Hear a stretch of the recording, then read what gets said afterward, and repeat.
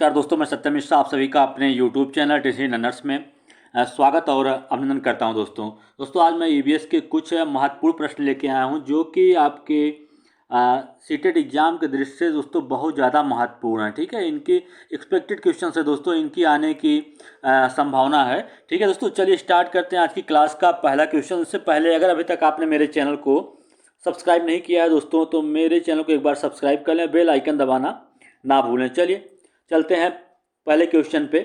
यार दोस्तों पहला क्वेश्चन आ चुका है। पहला क्वेश्चन देखिए क्या कर रहा है कि प्रथम ओजोन छिद्र पाया गया था। जो सबसे पहले ओजोन छिद्र था दोस्तों, कब पाया गया था या कहाँ पे पाया गया था? ठीक है, उत्तरी ध्रुव के ऊपर, अंटार्कटिका के ऊपर, या अफ्रीका के ऊपर, या दक्षिण ध्रुव के ऊपर। तो प्रथम ओजोन छिद्र कहाँ पाया गया था? अंटार्कटिका के ऊपर पाया गया था। तो इस क्वेश्चन का राइट जवाब दोस्तों ऑप्शन नंबर फर्स्ट है। चलिए अगले क्वेश्चन चलते हैं, क्वेश्चन नंबर नेक्स्ट पे दोस्तों। चलिए क्वेश्चन नंबर यहाँ नेक्स्ट आपके सामने आ चुका है। क्वेश्चन नंबर नेक्स्ट देख लेते हैं क्या कर रहा है कि नदी में जल प्रदूषण को किसकी घुलित मात्रा से मापा जाता है? दोस्तों अगर नदी में जल प्रदूषण की माप करनी है या पता करना है कि इसमें कितना जल प्रदूषित है, ठीक है, प्रदूषण का पता लगाना है जल में, तो उसके लिए क्या किया जाएगा? क्लोरीन, नाइट्रोजन, या ओजोन, या ऑक्सीजन। दोस्तों आपको बता दें कि ऑक्सीजन की घुली हुई मात्रा से पता चल जाएगा कि जल कितना प्रदूषित है। ठीक है, तो इस क्वेश्चन का राइट जवाब क्या है? ऑप्शन नंबर 4 इस क्वेश्चन का राइट जवाब है दोस्तों। चलिए अगले क्वेश्चन चलते हैं, क्वेश्चन नंबर नेक्स्ट दोस्तों। सभी क्वेश्चन आपके एग्जाम के दृष्टि से महत्वपूर्ण है दोस्तों। यहाँ पे नेक्स्ट क्वेश्चन आपके सामने आ चुका, कह रहा है कि एक पारिस्थितिकी तंत्र में ऊर्जा प्रवाह होता है। एक पारिस्थितिकी तंत्र जो होता है दोस्तों, उसमें ऊर्जा का प्रवाह कैसा होता है? द्विदिशीय होता है, चक्रीय होता है, एक दिशीय होता है, या बहुदिशीय होता है? तो एक पारिस्थितिकी तंत्र में ऊर्जा का प्रवाह एक दिशीय होता है। तो इस क्वेश्चन का राइट जवाब क्या है? ऑप्शन नंबर 3 है दोस्तों। चलिए आगे चलते हैं क्वेश्चन नंबर नेक्स्ट पे। क्वेश्चन नंबर नेक्स्ट दोस्तों देखिए, क्वेश्चन नंबर नेक्स्ट क्या कर रहा है कि पर्यावरण अध्ययन की पाठ्य पुस्तकों में पहेलियां शामिल करने का निम्नलिखित में से कौन सा उद्देश्य नहीं है? बच्चों में आलोचनात्मक चिंतन शक्ति विकसित करना, बच्चों में तर्क शक्ति का विकास करना, बच्चों के मस्तिष्क को भ्रमित करना और उन्हें इस भ्रम का आनंद उठाने देना, सृजनात्मक चिंतन की योग्यता और उत्सुकता का विकास करना। तो दोस्तों आपको बता दें कि पर्यावरण अध्ययन की पाठ्य पुस्तकों में पहेलियां शामिल करने का उद्देश्य क्या होता है कि बच्चों में आलोचनात्मक चिंतन का विकास करना, बच्चों में तर्क शक्ति को विकसित करना और सृजनात्मक चिंतन की योग्यता और उत्सुकता का विकास करना, न कि उनको या उनके मस्तिष्क को भ्रमित करना है। ठीक है, तो इस क्वेश्चन का राइट जवाब क्या है? ऑप्शन नंबर 3 है। चलिए दोस्तों क्वेश्चन नंबर नेक्स्ट पे चलते हैं। क्वेश्चन नंबर नेक्स्ट देखिए क्या कर रहा है। क्वेश्चन नंबर नेक्स्ट है, कह रहा है कि एक अध्यापिका ने अपने विद्यार्थियों को विभिन्न प्रकार के जानवरों के चित्र देता है और उन जानवरों के चित्रों में रंग भरने को कहता है जो हमारे घरों में नहीं रहते। इस क्रियाकलाप का क्या उद्देश्य है? सृजनात्मकता का विकास करना, अवलोकन का विकास करना, वर्गीकरण कौशल का विकास करना, या डाटा संग्रह का विकास करना। दोस्तों आपको बता दें कि इस क्वेश्चन का राइट जवाब क्या होगा कि एक अध्यापक अपने विद्यार्थियों को विभिन्न प्रकार के जानवरों में के चित्र देता है और उनसे कहता है कि इसमें आप कलर भरिए। ठीक है, कौन से कलर इसमें भरा जाएगा? तो दोस्तों उससे क्या होता है कि बच्चों के सृजनात्मकता का विकास होता है कि वो कैसे नई नई चीज़ों को सोच सकते हैं। ठीक है, उनका अवलोकन मतलब किस प्रकार से वो किसी चीज़ को कर पा रहे हैं दोस्तों, उसके अवलोकन का भी विकास होता है और उसके वर्गीकरण मतलब किस कैसे विभिन्न जानवरों को कैसे छाटेंगे और उसमें कौन कौन सा कलर भरता है। तो इससे क्या होगा कि उनका जो वर्गीकरण है मतलब किसी चीज़ को अलग अलग करने का, उस कौशल का भी विकास होता है। तो इस क्वेश्चन का राइट जवाब क्या है? ऑप्शन नंबर फर्स्ट है दोस्तों, ए बी और सी। ऑप्शन नंबर सेकंड इस क्वेश्चन का राइट जवाब होगा। चलिए आगे चलते हैं क्वेश्चन नंबर नेक्स्ट पे। क्वेश्चन नंबर नेक्स्ट दोस्तों यहाँ पे आ चुका है, देखिएगा कह रहा है कि दुर्गा एक गांव में रहती है और लकड़ी या गोबर के उपले का ईंधन इस्तेमाल करते हुए चूल्हे पर खाना पकाती है। पिछले 3 महीनों से उसे तेज खांसी आ रही, इसका कारण क्या हो सकता है? ईंधन के जलने से दोस्तों उत्पादित कार्बन मोनोऑक्साइड उसकी श्वसन नली में जमा हो जाती है। इस कारण से जलते हुए ईंधन से उत्पादित काला धुआं उसकी श्वसन नली में जमा हो गया होगा। जलते हुए ईंधन के धुएं से उसे एलर्जी हो गई उसकी झोपड़ी के अंदर और बाहर प्रदूषण तथा वृद्धा अवस्था है। दोस्तों आपको बता दें कि जलते हुए ईंधन से निकला काला धुआं उसके श्वास नली में जाके जमा हो जाता है, जिसके कारण उसे 3 महीने से तेज खांसी आ रही है। ठीक है, चलिए आगे चलते हैं क्वेश्चन नंबर नेक्स्ट पे। सभी क्वेश्चंस आपके एग्जाम की दृष्टि से महत्वपूर्ण हैं दोस्तों। क्या है कि मृदा के संबंध में निम्नलिखित कथनों पर विचार कीजिए तथा नीचे दिए गए कूटों से सही उत्तर का चयन कीजिए। मृदा भोजन एवं लकड़ी का मुख्य आधार है। मृदा एक प्रमुख संसाधन है। सभी समुदाय एवं उनकी संस्कृतियां मृदा पर आधारित होती हैं। तो दोस्तों आप बता दें कि मृदा के संबंध में दिए गए कथनों में से कौन सा कथन सही है। मृदा भोजन एवं लकड़ी का मुख्य आधार होती हैं। मृदा एक प्रमुख संसाधन होती हैं। तो इस क्वेश्चन का राइट जवाब क्या है? ऑप्शन नंबर ए और बी क्या है? सत्य है। ठीक है, जबकि सी क्या है? गलत है। ठीक है, चलिए आगे चलते हैं क्वेश्चन नंबर नेक्स्ट पे। क्वेश्चन नंबर नेक्स्ट आ चुका है दोस्तों आपके सामने। क्या करा है कि भारत में निम्नलिखित में से किस प्रकार का वनावरण सबसे अधिक पाया जाता है? उष्णकटिबंधीय नम सदाबहार वन, उष्णकटिबंधीय अज्रदार वन, उष्णकटिबंधीय नमः पर्णपाती वन, शुष्क उष्णकटिबंधीय वन। दोस्तों इस क्वेश्चन का राइट जवाब क्या है? ऑप्शन नंबर 3 है। उष्णकटिबंधीय नमः पर्णपाती वन जो होते हैं वो सबसे अधिक मात्रा में पाया जाता है। ठीक है, चलिए आगे चलते हैं क्वेश्चन नंबर नेक्स्ट पे। क्वेश्चन नंबर नेक्स्ट है, कह रहा है कि रहीम एक तालाब बनाकर पानी भरकर उसमें मछली डालता है, लेकिन तालाब में मछलियां जीवित नहीं रह पाती हैं। इसका कारण क्या हो सकता है? गहरा तालाब, तालाब ज़्यादा गहरा है, पानी में घुलित ऑक्सीजन की अनुपस्थिति, पक्का तालाब, उपरोक्त में से कोई नहीं। तो इस क्वेश्चन का राइट जवाब क्या है? पानी में घुलित ऑक्सीजन की अनुपस्थिति के कारण, मतलब उसमें ऑक्सीजन उपस्थित नहीं है, जिसके कारण मछलियां जीवित नहीं रहती हैं और मर जाती हैं। ठीक है, तो इस क्वेश्चन का राइट जवाब क्या है? ऑप्शन नंबर सेकंड है। चलिए दोस्तों अगले क्वेश्चन चलते हैं। क्वेश्चन नंबर नेक्स्ट है, कह रहा है कि एनसीईआरटी की पाठ्य पुस्तकों में पर्यावरण अध्ययन को उच्च प्राथमिकता और स्थान दिया गया है। आधारभूत संकल्पनाओं की व्याख्या करने के लिए, चिंतन और विस्मय के लिए शिक्षार्थियों को अक्सर नहीं दोस्तों, अवसर क्या है? अवसर उपलब्ध कराने के लिए। ठीक है, क्या है? अवसर। यहाँ पे क्या होगा?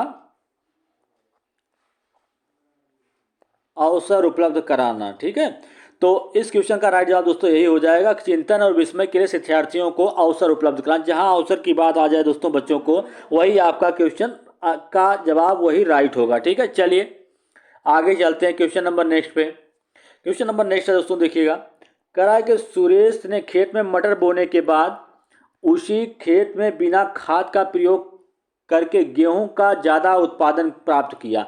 इसका कारण क्या हो सकता है? प्रकाश संश्लेषण, वाष्पोत्सर्जन, राइजोबियम जीवाणु के कारण या श्वसन गुणांक के कारण। तो सुरेश ने खेत में मटर बोने के बाद दोस्तों उसी खेत में बिना खाद डाले ज़्यादा मात्रा में गेहूं का उत्पादन किया। इसका कारण क्या है? राइजोबियम जीवाणु जो होते हैं उसके कारण ऐसा हुआ है। तो इस कारण क्वेश्चन का राइट जवाब क्या है? ऑप्शन नंबर 3 है। चलिए आगे चलते हैं क्वेश्चन नंबर नेक्स्ट पे। देखिएगा, कह रहा है कि भोजन खाने के पश्चात प्लास्टिक की जिन प्लेटों को फेंक दिया जाता है उन्हें दोबारा से उपयोग नहीं करना चाहिए, क्योंकि ये हल्के पदार्थ की बनी होती हैं, ये विषैले पदार्थ की बनी होती हैं, ये जैव निम्नीकरण पदार्थों की बनी होती हैं, ये गैर जैव निम्नीकरणीय पदार्थों की बनी होती हैं। यही इस क्वेश्चन का राइट जवाब है। ये जो होती हैं ये गैर जैव निम्नीकरणीय पदार्थों की बनी होती हैं, इस कारण से इसका दोबारा उपयोग नहीं करना चाहिए। चलिए आगे चलते हैं क्वेश्चन नंबर नेक्स्ट पे। क्वेश्चन नंबर नेक्स्ट है दोस्तों, कह रहा है कि मानव जब यूवी किरणों से अत्यधिक प्रभावित हो जाता है तब क्या हो सकता है? प्रतिरक्षा तंत्र की क्षति होती है, फेफड़े की क्षति होती है, त्वचा का कैंसर होता है, या आमाशय के अंदर अल्सर हो जाते हैं।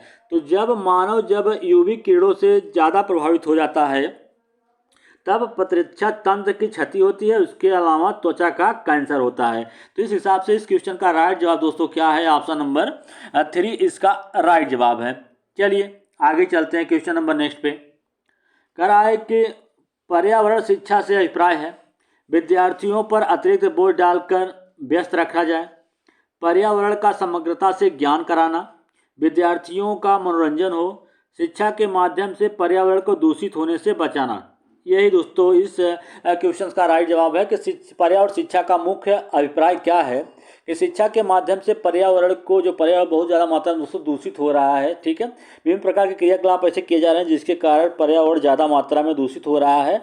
उसके लिए एक ही माध्यम है दोस्तों, पर्यावरण शिक्षा, जिससे लोगों को जागरूक किया जाएगा। जागरूक होंगे तो पर्यावरण को दूषित होने से बचाया जा सकता है। ठीक है, तो इस क्वेश्चन का राइट जवाब क्या है? ऑप्शन नंबर 4 है। चलिए आगे चलते हैं क्वेश्चन नंबर नेक्स्ट पे। क्वेश्चन नंबर नेक्स्ट है, कह रहा है कि निम्नलिखित में से कौन सा जानवर अंडे देता है? सलाद, डॉल्फिन, व्हेल या पेंगुइन? तो अंडे देने वाला कौन है दोस्तों जो बर्फ में अंडे देता है? कौन सा? अब पेंगुइन होता है, और नर पेंगुइन जो होता है वही अंडे की देखरेख करता है। ठीक है, चलिए आगे चलते हैं क्वेश्चन नंबर नेक्स्ट पे। क्वेश्चन नंबर नेक्स्ट दोस्तों आ गया है आपके सामने। यहाँ पे क्वेश्चन नंबर नेक्स्ट है, कह रहा है कि चमगादड़ स्तनधारी है क्योंकि? चमगादड़ क्या होता है? स्तनधारी होता है क्यों? यह बच्चा देता है, यह उड़ता है, रात्रिचर है या शाकाहारी है? तो ये बच्चे देने के कारण इसको क्या करते हैं कि ये चमगादड़ जो होता है स्तनधारी होता है क्योंकि चमगादड़ क्या होता है? बच्चे देता है। ठीक है, चलिए आगे क्वेश्चन नंबर नेक्स्ट पे। सभी क्वेश्चंस आपके एग्जाम के दृष्टि से महत्वपूर्ण है दोस्तों। चलिए क्वेश्चन नंबर नेक्स्ट है, कह रहा है कि टैडपोल किसके जीवन की प्रारंभिक अवस्था है? मेढक के, ध्रुवी भालू के या मछली या टारपीडो? तो टैडपोल जो है दोस्तों मेढक के जीवन की प्रारंभिक अवस्था है। तो इस क्वेश्चन का राइट जवाब ऑप्शन नंबर फर्स्ट है। चलिए आगे चलते हैं क्वेश्चन नंबर नेक्स्ट पे। कह रहा है कि निम्नलिखित में से पक्षियों में से कौन सा पक्षी काफी हद तक अपनी गर्दन को पीछे घुमा सकता है? मैना, तोता, कोयल या उल्लू? तो इस क्वेश्चन का राइट जवाब क्या है दोस्तों? उल्लू है, क्योंकि उल्लू जो होता है अपनी गर्दन को काफ़ी हद तक पीछे घुमा सकता है। ठीक है, और झटके से अपनी गर्दन को आगे पीछे करने का काम किसका होता है? वो मैना का होता है। अगर पूछ जाता है कि कौन सा पक्षी ऐसा जो झटके से अपनी गर्दन को आगे पीछे करता है तो कौन होता है? मैना होती है। ठीक है, और एक चीज़ और दोस्तों, कोयल जो होती है वो अपने बच्चे का खुद देख रेख नहीं करती या अंडे को खुद सेकर बड़ा नहीं करती, बल्कि वह अंडा कौवे के घोंसले में देती है और कौवा ही उसके अंडे की देख रेख करता है। चलिए आगे चलते हैं क्वेश्चन नंबर नेक्स्ट पे। क्वेश्चन नंबर नेक्स्ट है दोस्तों, क्या कह रहा है देखिएगा। कह रहा है कि निम्नलिखित नीचे दिए गए सभी जानवरों में से निम्नलिखित में से कौन से विशेषता पाई जाती है? छिपकली, गौरैया, कछुआ या सांप? सभी में कौन सी विशेषता पाई जाती है? ये अंडे देते हैं, ये जहरीले होते हैं, ये भूमि एवं जल दोनों में रह सकते हैं, इनके शरीर सल्क से ढके होते हैं। दोस्तों ये सभी क्या होते हैं? अंडे देते हैं। यही सब में समानता पाई जाती है, चाहे छिपकली, गौरैया, कछुआ, सांप सभी क्या देते हैं? अंडे देते हैं। चलिए आगे चलते हैं क्वेश्चन नंबर नेक्स्ट पे दोस्तों। क्वेश्चन नंबर नेक्स्ट देखिएगा, क्या कर रहा है कि निम्नलिखित में से किसके सुनने की शक्ति इतनी तीक्ष्ण होती है कि वह वायु से पत्तों के हिलने की ध्वनि और घास पर किसी जानवर के चलने की ध्वनि में अंतर कर सकता है? यह कौन सा होता है दोस्तों? बाघ, गिद्ध, कुत्ता या रेशम का कीड़ा? दोस्तों आपको बता दें इस क्वेश्चन का राइट जवाब क्या होगा? ऑप्शन नंबर फर्स्ट होगा कि बाघ जो होता है वो वायु में पत्तों के हिलने की ध्वनि और घास पर किसी जानवर के चलने के ध्वनि में भी अंतर कर सकता है। ठीक है, और रेशम के जो कीड़े होते हैं दोस्तों, रेशम के कीड़े जो होते हैं दोस्तों ये क्या खाते हैं? ठीक है, जो शहतूत होता है दोस्तों उसकी पत्ती को खाते हैं। ठीक है, चलिए आगे चलते हैं क्वेश्चन नंबर नेक्स्ट पे। क्वेश्चन नंबर नेक्स्ट है दोस्तों, देखिएगा क्या कह रहा है कि जब एक जीव लाभ लेता है, जीव नहीं दोस्तों, जीव लाभ लेता है बिना दूसरे सहवासी जीव को प्रभावित किए तो क्या कहलाता है? सहजीवी, परजीवी, सहभोजी या मृतोपजीवी? क्या होता है दोस्तों? परजीवी होता है। चलिए आगे चलते हैं क्वेश्चन नंबर नेक्स्ट पे। क्वेश्चन नंबर नेक्स्ट देखिएगा दोस्तों, क्या कह रहा है कि झूम की खेती होती है कहाँ पे? बिहार में, मेघालय में, तमिलनाडु, केरल? तो झूम की खेती कहाँ पे होती है? मेघालय में होती है दोस्तों। चलिए आगे चलते हैं। और दोस्तों मधुबनी पेंटिंग से अगर पूछ लेता है कि मधुबनी पेंटिंग कहाँ की है तो बिहार की है। ठीक है, चलिए आगे चलते हैं क्वेश्चन नंबर नेक्स्ट पे। क्वेश्चन नंबर नेक्स्ट देखिएगा दोस्तों, क्या कह रहा है कि पृथ्वी पर पहुँचने से पहले ओजोन परत किन किरणों को अवशोषित कर लेती है? गामा किरणों को, पराबैंगनी किरणों को, यक्स किरणों को या बीटा किरणों को? तो पृथ्वी पर पहुंचने से पहले ओजोन परत जो होती है वो पराबैंगनी किरणों को अवशोषित कर लेती है और उसको ऑक्सीजन में कन्वर्ट करके हमको देती है। ठीक है, तो इस क्वेश्चन का राइट जवाब क्या है? ऑप्शन नंबर सेकंड है। चलिए दोस्तों क्वेश्चन नंबर नेक्स्ट पे चलते हैं। क्वेश्चन नंबर नेक्स्ट है, कराए के निम्नलिखित में से युग्म से सुमेलित नहीं है।